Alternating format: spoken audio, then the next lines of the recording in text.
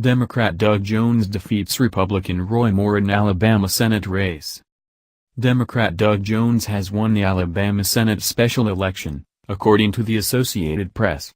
The victory is a stunning upset in a deeply red state that voted overwhelmingly for President Trump, who backed Republican Roy Moore explicitly in the final days of the campaign despite multiple accusations of sexual misconduct and assault.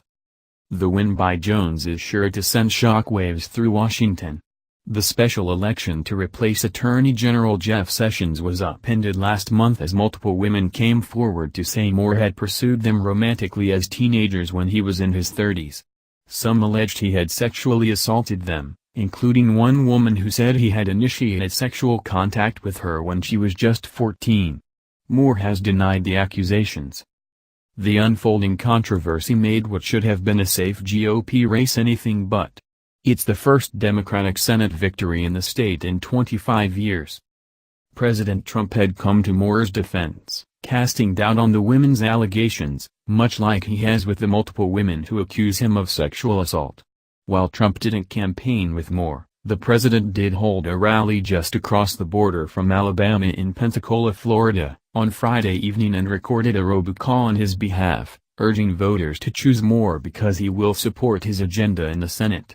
And after Trump endorsed Moore last week, the Republican National Committee reinstated its financial support for the GOP nominee after pulling it following the accusations. Other national Republicans had been far less hospitable.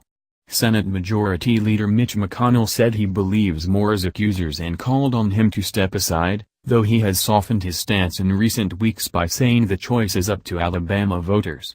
National Republican Senatorial Committee Chairman Cory Gardner, Republican Colorado, who is in charge of protecting the GOP Senate majority in 2018, withdrew funding from Moore's campaign and at one point said he should be expelled from the Senate if he wins.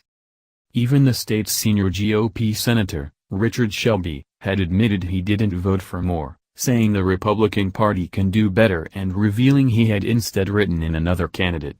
Condoleezza Rice, a Birmingham native who served as Secretary of State under President George W. Bush, cut a robocall in the race, not so subtly urging voters in her home state to reject bigotry, sexism, and intolerance. Jones is a former U.S. attorney who is best known for prosecuting KKK members decades later for the killing of 4 young African-American girls in a 1963 Birmingham church bombing. He hopes that background can help turn out African-American voters he needs to win. He has outspent Moore almost 10-1 and has had an active campaign schedule, while Moore has been largely absent from the campaign trail in the final stretch, and has an active field operation, while the GOP nominee's staff has been a skeleton crew. Moore had remained defiant, using a very Trumpian strategy of running against the media and the D.C. establishment he says has conspired against him and are behind the allegations. And he won the GOP primary over appointed Senator Luther Strange earlier this year, despite being heavily outspent by both Strange and a super PAC allied with McConnell. But even before the accusations of sexual assault surfaced, Moore was a controversial figure in Alabama politics who narrowly won election in the past and lost nominations for governor. He is a former Alabama Supreme Court Chief Justice who was twice removed from the bench, the first time for refusing to remove a statue of the Ten Commandments he had erected in the state judiciary building.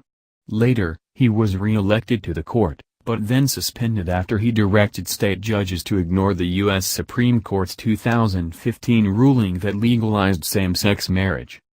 Moore's Christian nationalist positions are something that resonate with many of the state's white evangelical voters, and he hasn't backed off his controversial positions against same-sex marriage and transgender rights.